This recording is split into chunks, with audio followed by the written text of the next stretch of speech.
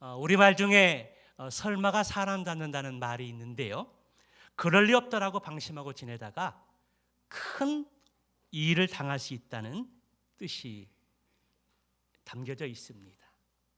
또 기우라는 말도 있는데요.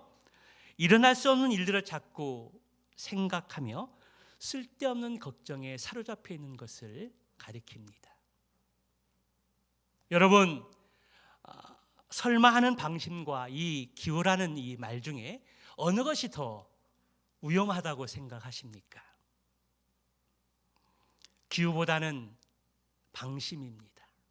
왜냐하면 기우는 마음속으로 속을 태우며 걱정해서 그렇지 큰 피해는 없다라는 것입니다. 그러나 방심은 마음은 잠시 편할지 모르지만 자칫 잘못하면 큰 어려움을 당할 수 있다는 것입니다. 그때 가서 후회하고 한탄해봐야 울어야 소용이 없다라는 것입니다. 그러므로 우리의 세상 염려, 근심, 걱정을 다 하나님께 맡기고 우리에게 주어진 일들이 무엇인가를 살펴보면서 최선의 삶을 살고 그러한 삶 가운데 하나님의 뜻을 분별해서 순종하는 믿음의 삶을 살아가는 것이 오늘날 우리가 힘써야 될 그 삶이라는 것을 우리는 알고 있습니다. 지난주 말씀을 통해서 예수님의 재림의 때는 천사도 모르고 예수님도 모르시고 오직 아버지만 아신다라고 말씀을 드리면서 하나님의 주권 가운데 예수 그리스도의 재림이 있기에 언제 예수님이 이 땅에 다시 오실는지 우리는 알 수 없지만 예수님이 어느 순간에 다시 온다 할지라도 당당하게 기쁨으로 맞아들일 수 있도록 우리는 준비하는 삶을 살아야 한다라고 말씀을 드렸습니다. 그러한 삶이 무엇입니까? 우리가 계속해서 강조하고 있듯이 바로 예배의 삶과 기도의 삶이며 더 나아가 하나님의 뜻을 분별하기 위해서 경건의 시간을 우리가 묵상하고 오늘 하루를 시작하고 살아가는 데 있어서 하나님이 나에게 주시는 말씀이 무엇인지 묵상하는 가운데 그 말씀대로 살려고 몸부림치는 삶입니다. 그러면서 이 시대의 흐름을 분별하면서 우리가 더 힘써서 준비해야 될 것들이 무엇인가를 알고 그러한 일들에 힘써야 한다는 것입니다. 오늘 본문에서는 구체적으로 어떻게 재림을 준비하면서 살아가야 하는 것이 믿음의 삶일 것에 대해서 말씀하고 있습니다. 여러분, 우리가 재림을 준비하기 위해서 오늘 본문에서 강조하고 있는 말씀이 무엇입니까? 그것은 바로 깨어 있으라는 것입니다. 여러분, 우리가 왜 깨어 있는 삶을 살아야 할까요? 그것은 우리 예수님께서 언제 어떻게 오실지 모르기 때문에 깨어 있어야 한다라는 것입니다. 여기에 깨어 있으라는 의미는 주의하다, 경계하다의 의미를 갖고 있으면서 명령문으로 되어 있습니다. 다시 말하면 깨어 있으라는 것은 정신을 차리고 주의하여 그날을 예수님이 다시 오심을 예배하라는 것입니다. 또 다른 말로 말하면 영적으로 각성하여 언제 예수님께서 재림하실지 알지 못하기 때문에 예수님 맞을 준비하는 그러한 상태로 살아가라는 그런 의미가 담겨져 있는 것이 바로 깨어 있으라는 것입니다. 우리가 깨어 있으려면 마음이 둔해지지 않고 늘 자신을 점검하는 가운데 우리가 어떤 모습으로 서 있는지 내 자신을 점검하고 살펴야 합니다. 나태함과 게으름과 생활의 염려로 마음이 무뎌지지 않도록 늘 조심해야 한다라는 것입니다. 인생의 방향을 하나님보다는 세상에 사로잡혀 있는 우리의 삶은 있지 않은가에 대해서 늘 점검하고 유의해야 한다는 것입니다. 그리고 하나님이 보여주시는 징조에 민감하여 분별할 수 있는 영적 시각을, 분별력을 우리가 가지고 있어야 한다는 것입니다. 우리가 세상에 집착하던 생활 속에서 돌이켜 주님에게 우리의 초점을 맞춰야 한다는 것입니다. 그러기 위해서 우리가 늘 기도에 힘쓰면서 예배를 소홀히 하지 말아야 합니다. 그리고 경건 생활에 힘써야 합니다. 그렇습니다. 지금은 자다가도 깰 때입니다. 새벽을 깨우고 영혼을 깨워야 할 때라는 것입니다. 영적 무지와 나태함의 잠에서 깨어나서 나에게 주어진 일들이 무엇인지를 살펴보면서 그 일에서 우리가 최선을 다하며 살아야 한다는 것입니다. 그렇다면 여러분, 깨어 있으면서 구체적으로 무엇을 해야 우리가 바른 믿음을 산다고 할 수 있을까요? 첫째로, 깨어서 예수 그리스도의 재림을 준비하며 살아야 합니다. 여기 성경의 재림이라는 뜻으로 번역된 이 말은 헬라어 파루시아라는 그러한 단어를 가지고 있는데요. 이 단어에는 임재나 왕림 또는 도착이라는 그런 뜻을 가지고 있습니다. 그래서 왕이 성이 도착했을 때, 그 나라의 총독이 왕림하게 되었을 때 이 파루시아라는 이 단어를 사용했다는 것입니다. 예수 그리스도는 그리스도인의 왕이십니다. 그래서 우리의 왕이신 예수 그리스도가 이 땅에 다시 오시게 될 때 깨어 있어서 준비하고 예배하는 것은 어느 부분에서 우리 성도들에게 당연한 삶의 모습이라 할 수 있습니다. 그렇다면 그리스도인은 어떤 자세로 예수 그리스도의 재림을 준비해야 할까요? 깨어서 예수 그리스도의 재림을 준비해야 한다라는 것입니다. 왜 그럴까요? 그리스도인에게 있어서 예수 그리스도의 재림보다 더 중요한 일들은 없기 때문입니다. 여러분, 예수님의 재림이 왜 중요하다고 생각하십니까? 예수님의 재림이 왜 중요할까요? 예수님의 재림과 함께 세상에 종말이 오고 하나님의 심판이 시작되기 때문입니다.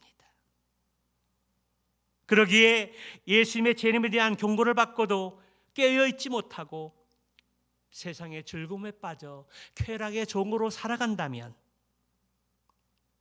그런 사람들은 결코 구원받을 수 없다는 것입니다.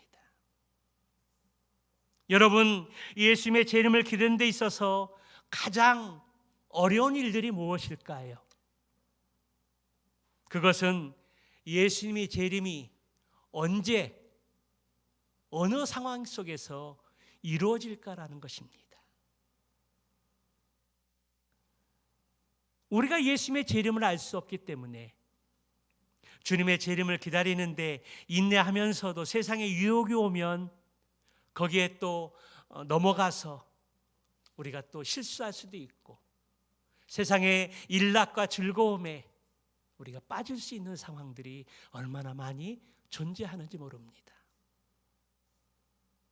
우리가 예수님의 재림의 시기를 알지 못하기 때문에 열심히 믿음의 삶을 살다가도 때로는 흔들리고 넘어지고 실수할 때가 많이 있다라는 것입니다. 43절의 말씀에 보게 되니까 너희도 아는 바니 만일 집주인이 도둑이 어느 시각에 올 줄을 알았더라면 깨어 있어 그 집을 뚫지 못하게 하였으리라. 그 당시 팔레스타인의 집의 구조는 진흙을 빚어서 집을 만들었습니다.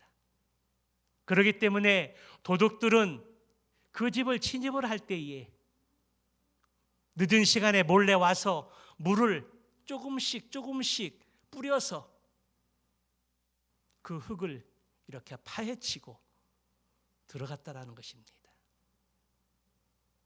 그런데 집 주인들이 도둑이 올 것을 알았더라면 자지 않고 깨어 있어서 지켰을 것이라는 것입니다. 그와 비슷한 것으로 예수님의 재림주이신 예수님이 언제 오실지 우리가 알지 못하기 때문에 깨어 기다려야 한다라는 것입니다.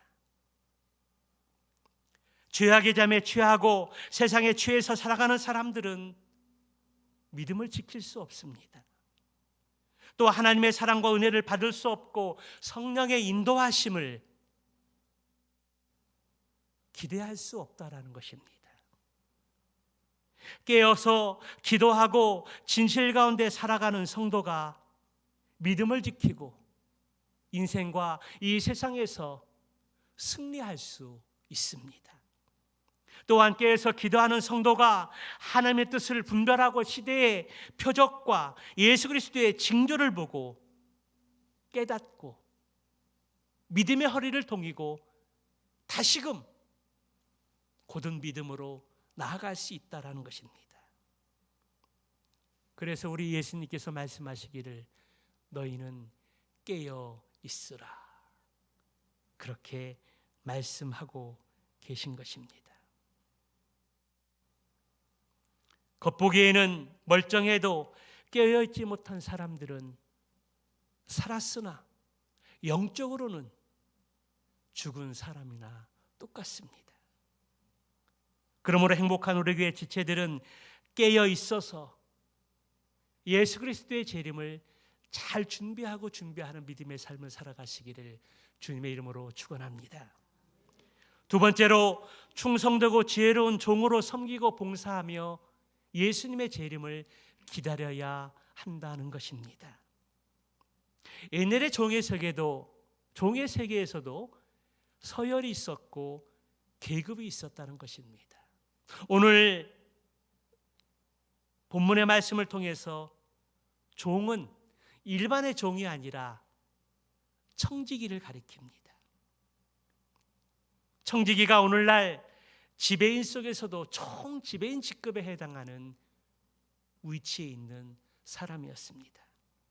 일반 종들은 그냥 자기에게 주어진 일들만 성실하게 하면 되지만 총지배인은 직급에 해당하는 위치에서 종들을 잘 이렇게 관리하고 그리고 자신에게 주어진 책임과 의무를 최선을 다해서 행해야 했던 것입니다. 청지기는 일반 종들을 주의 총괄하는 한편 주인이 없을 때는 주인을 대신해서 그 가정의 모든 일들을 책임지고 일해야 했던 것입니다. 45절부터 47절의 말씀해 보니까 충성되고 지혜 있는 종은 오늘 당시 부유한 가정 속에서 청지기를 가리킵니다. 주인은 신임하는 종에게 자신의 재산뿐만 아니라 가사의 모든 일체를 맡기었습니다. 그리고 그 종은 다른 종들에게 양식을 나누어 주는 그러한 책임까지 감당하게 되었습니다. 그러다 보니 자칫 잘못하면 주인의 권한을 남용할 수 있는 그러한 유혹들이 있을 수 있습니다. 더군다나 그 당시의 주인들은 자기 집에서 살지 않고 여행을 다니거나 다른 곳에 머무는 경우들이 많이 있었습니다. 그래서 나쁜 생각만 가진다면 얼마든지 주인의 자산을 빼돌릴 수 있고 자기의 방법대로 불의를 행할 수 있었던 것입니다. 그러나 지혜로운 종은 언젠가 주인이 와서 결산한다는 것들을 알고 있었기 때문에 언제 올지 모르지만 끝까지 자신에게 맡겨진 그 일에 있어서 최선을 다했던 것입니다. 충성되고 지혜로운 종은 주인이 오는 날까지 최선을 다할 뿐만 아니라 주인의 뜻을 따라서 책임을 다하며 주어진 사명을 완수하는 것입니다. 그러니 어찌 주인이 그 종을 귀하게 여기지 아니하고 전적으로 신뢰하지 않겠습니까? 오늘 본문 47절의 말씀처럼 깨어 자신의 책임을 다하는 종에게 주인은 자신의 소유를 전부 맡긴다라고 그렇게 말씀합니다. 그러므로 그리스도인들은 하나님께 충성된 마음과 지혜를 겸비해야 합니다. 왜냐하면 지혜 없는 사람은 하나님의 충성된 종이 될 수 없기 때문입니다. 신학자 벤겔은 재림을 기다리는 성도의 지혜에 대해서 이렇게 말했습니다. 지혜는 오늘을 위해 살지 않고 이르든지 늦든지 주님 오실 때에 주인이 행하기를 원하는 것처럼 행하는 자들의 덕이다. 예수님이 언제 오시는지 모르기 때문에 예수님이 오셔서 보시게 될 때에 주님이 바라고 원하는 모습으로 살아가는 성도가, 그리고 자신에게 주어진 모든 일들을 잘 감당하고 있는 그 종이 바로 지혜로운 성도라는 것을 의미하는 것입니다. 예수님께서 이 땅에 재림주로 다시 오시게 될 때에 충성된 제사로 일하는 사람들을 일컬어서 주님은 복 있는 사람이다, 그렇게 말씀하십니다. 우리 모두는 가정에서 각자의 위치와 또 위치 속에서 해야 할 일들이 있는 것처럼 교회에서도 각자의 직분과 해야 할 책임이 있다는 것입니다. 그 일이 크든 작든지 간에 그것은 우리 주님이 주신 너무나 소중한 일이라는 것입니다. 그 영역은 사역자와 목자로서 한 영혼을 세우고 양육하는 일이며, 또 어떤 사람은 기도의 자리에 나아가서 중보기도의 사역자를 감당하는 일이 될 것입니다. 그리고 찬양팀으로는 예배를 섬기는 일과, 또 어떤 분들은 매주 식사 봉사를 하고, 또 어떤 기관들은 한 주에 한 번씩 돌아가면서 교회 청소를 하고 미화를 담당하고 이는 일들에 있어서 그 일들을 행하는 것입니다. 그리고 더 나아가서 한 영혼을 세우고 전도하는 일뿐만 아니라 성도들에게 덕을 끼치고 또 유익을 끼치는 그런 일들은 얼마나 소중한 일인지 알 수 없습니다. 오늘도 여러분들이 교회를 이렇게 아스팔트를 밟으면서 올라오게 되고 차를 이렇게 가지고 올라오게 될 때에 낙엽들이 거의 없는 것을 보게 될 것입니다. 우리 이희원 선생님께서 토요일마다 오셔서 또 바깥은 우리가 청소를 이렇게 별로 안 하는데 일찍 오셔가지고 그 더위에 그 쓰러지지 않는 그 낙엽들을, 꽃잎들을 깨끗하게 청소해주고 계십니다. 각 기관과 부서들이 교회와 교육관 1층들 열심히 청소해주기에 긴 장마철 속에서도 우리가 깨끗하게 보수하고 유지할 수 있는 것은 여러분들의 수고의 땀이 있었기에 가능합니다. 그런 일들에 있어서 누가 알아주든 알아주지 않든 그것이 주님의 일이고 교회의 일이며 우리에게 주어진 작은 일들이라 할지라도 우리는 그 일들을 기쁘고 감사한 마음으로 충성스럽게 감당하고 있는 것입니다. 그 일들이 얼마나 귀한 일들일지 모릅니다. 성도 여러분, 여러분들은 무엇을 하고 있을 때 주님의 재림을 목격하기를 원하고 또 주님을 영접하기를 원하십니까? 우리가 다 직분과 사명자로서 각자의 위치 속에서 맡겨진 일을 기쁨으로 충성스럽게 잘 감당하고 있을 때 우리 예수님이 오시는 은혜를 경험할 수 있기를 축복합니다. 어떤 사람들은 내가 기도하고 있는데 예수님이 오시면 좋겠다는 분들도 있고요. 예배하는데 주님이 이 땅에 오시면 좋겠다고 하는 분들도 있습니다. 예, 우리가 원하는 바입니다. 예배와 기도의 삶 속에서 우리가 몰입하고 있을 때 예수님이 오셨으면 너무나 좋겠습니다. 그리고 더 나아가서 우리에게 주어진 어떠한 일이든지 간에 그것이 주님이 나에게 맡겨주신 사명으로 알고 불평, 분란 없이 감사함으로 그 일들을 충성스럽게 감당할 때 우리 주님의 재림을 목격하고 영접할 수 있는 은혜가 있기를 주님의 이름으로 축원합니다. 마지막 세 번째로 깨어있지 못한 불의하고 악한 종은 무서운 심판을 받게 된다는 것입니다. 오늘 본문의 말씀에 보게 되면 악한 종의 몇 가지의 특징들을 말씀하고 있는데요. 첫 번째 악한 종의 특징은 게으르고 태만하다라는 것입니다. 오늘 본문의 말씀을 잘 보니까 악한 종은 주인이 더디오리라고 생각하고 있음을 볼 수 있습니다. 오늘 여기에서 보게 되면 충성되고 지혜로운 종과 악한 종의 차이점이 바로 여기에 있습니다. 충성되고 지혜로운 종은 주인이 더디 오고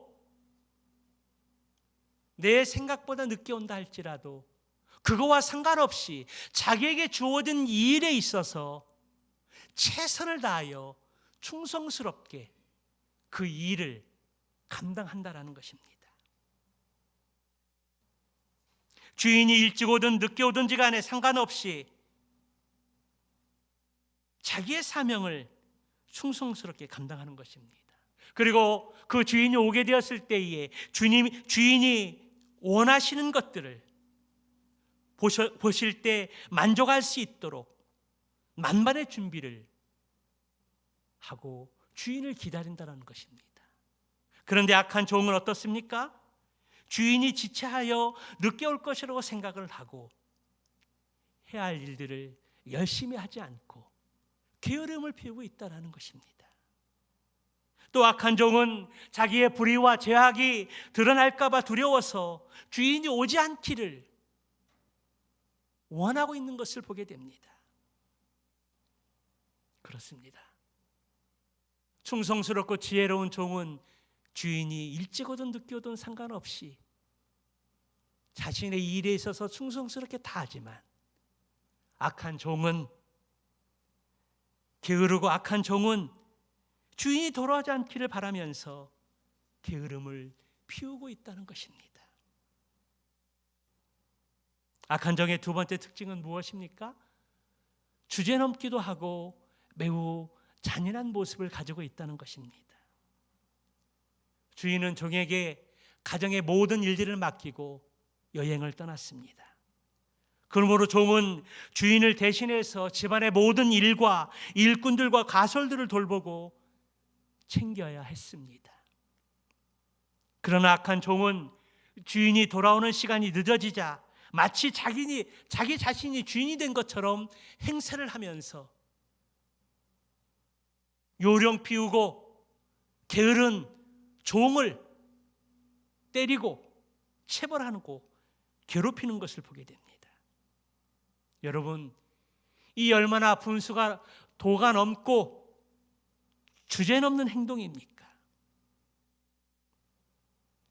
똑같은 종인데 도를 넘어서 주제넘게 동료를 때리고 체벌하는 모습이 있었다는 것입니다. 악한 종의 세 번째 특징은 무엇입니까? 방탕함입니다. 방탕함.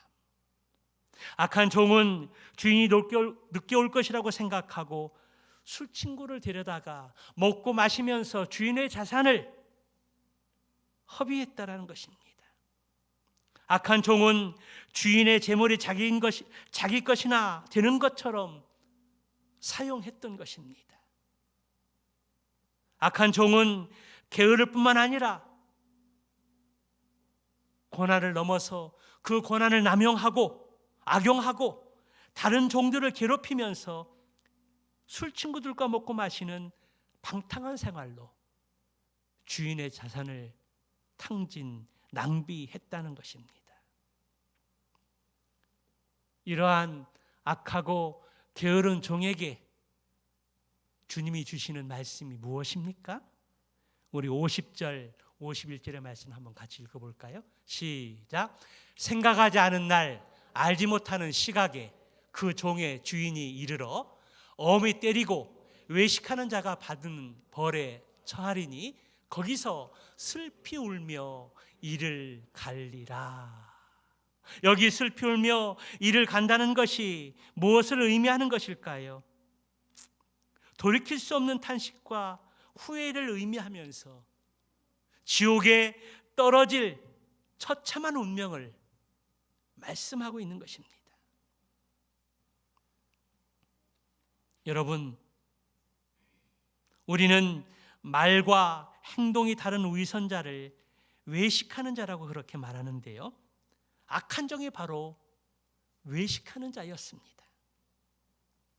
그러나 성숙한 그리스도인은 사람이 보든지 보지 않든지 주인이 있든지 없든지 상관하지 않고 자신에게 주어진 일과 사명에 충성스럽게 감당하는 사람이라는 것입니다. 왜 그럴까요?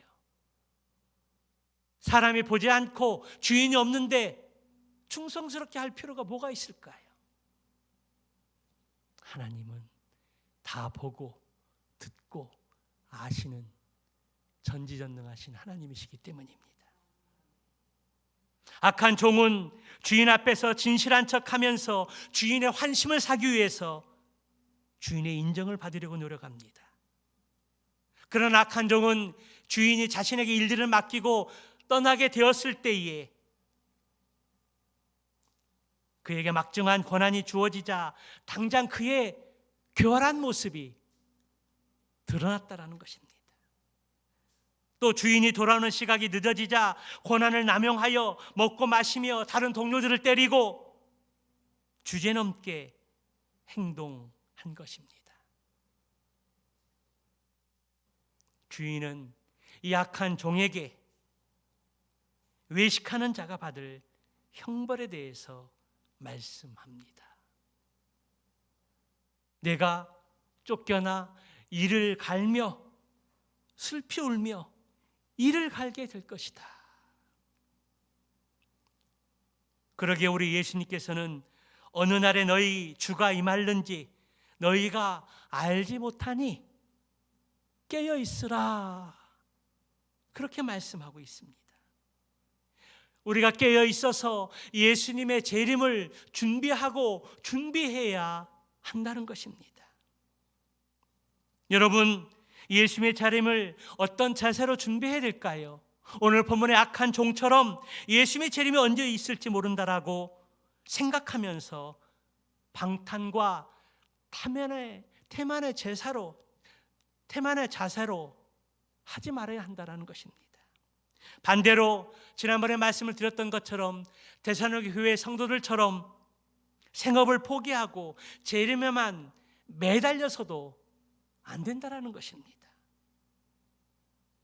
그렇다면 예수 그리스도의 재림을 어떤 자세로 기다려야 할까요?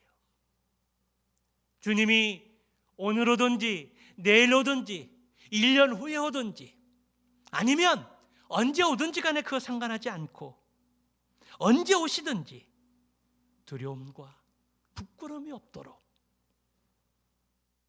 자신의 일에 충성하고 그리고 주님이 다시 오시게 됐을 때에 우리의 맡겨진 그 사명과 그 일에 대해서 계산하게 될 때에 칭찬받을 수 있을 정도로 우리가 최선을 다해서 준비하고 또 행해야 한다는 것입니다. 믿음으로 진실하게 행하고 최선을 다하면 언제 주님이 오시는지 간에 우리는 염려하거나 두려워할 필요는 결코 없다라는 것입니다. 그러므로 주님이 뭐라고 말씀하십니까? 그러므로 깨어 있으라. 어느 날에 너희 주가 임할는지 너희는 알지 못함이라.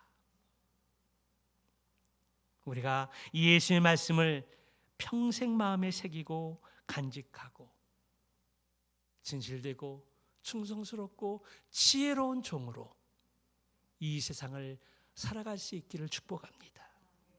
그렇습니다. 진실하고 충성된 종은 언제 예수님이 오시든지 상관하지 않고 두려워하지 않고 자신의 일에 충성하고 최선을 다하는 사람입니다. 그리고 주님이 언제 오시든지 부끄럽지 않게 예수님을 맞이할 수 있도록 철저히 준비하는 인생들이기 때문입니다. 지난주 말씀을 통해서 무화과 나무 잎이 떨어지고 새로운 잎이 돋아나는 것을 통해서 계절이 바뀌는 것을 우리가 알 수 있듯이, 그리고 세상에서 일어나고 있는 여러 가지 일들을 보고 정황을 보면서 지금이 마지막 때인 것을 인식할 수 있듯이 오늘 주님이 언제 몇 월, 몇 시, 몇 분에, 몇 초에 오실는지 우리가 알 수 없기 때문에 깨어서 주님의 재림을 준비하게 될 때에 우리가 주어진 일들에 대해서 최선을 다하고 또 충성스럽게 그 사명을 감당함으로 언제 주님이 이 땅에 다시 오시게 될 때에 마라나타 주 예수여 어서 오시옵소서라고 주님을 영접할 수 있는 저와 여러분 모두가 다 되시기를 주님의 이름으로 축원합니다. 기도하겠습니다.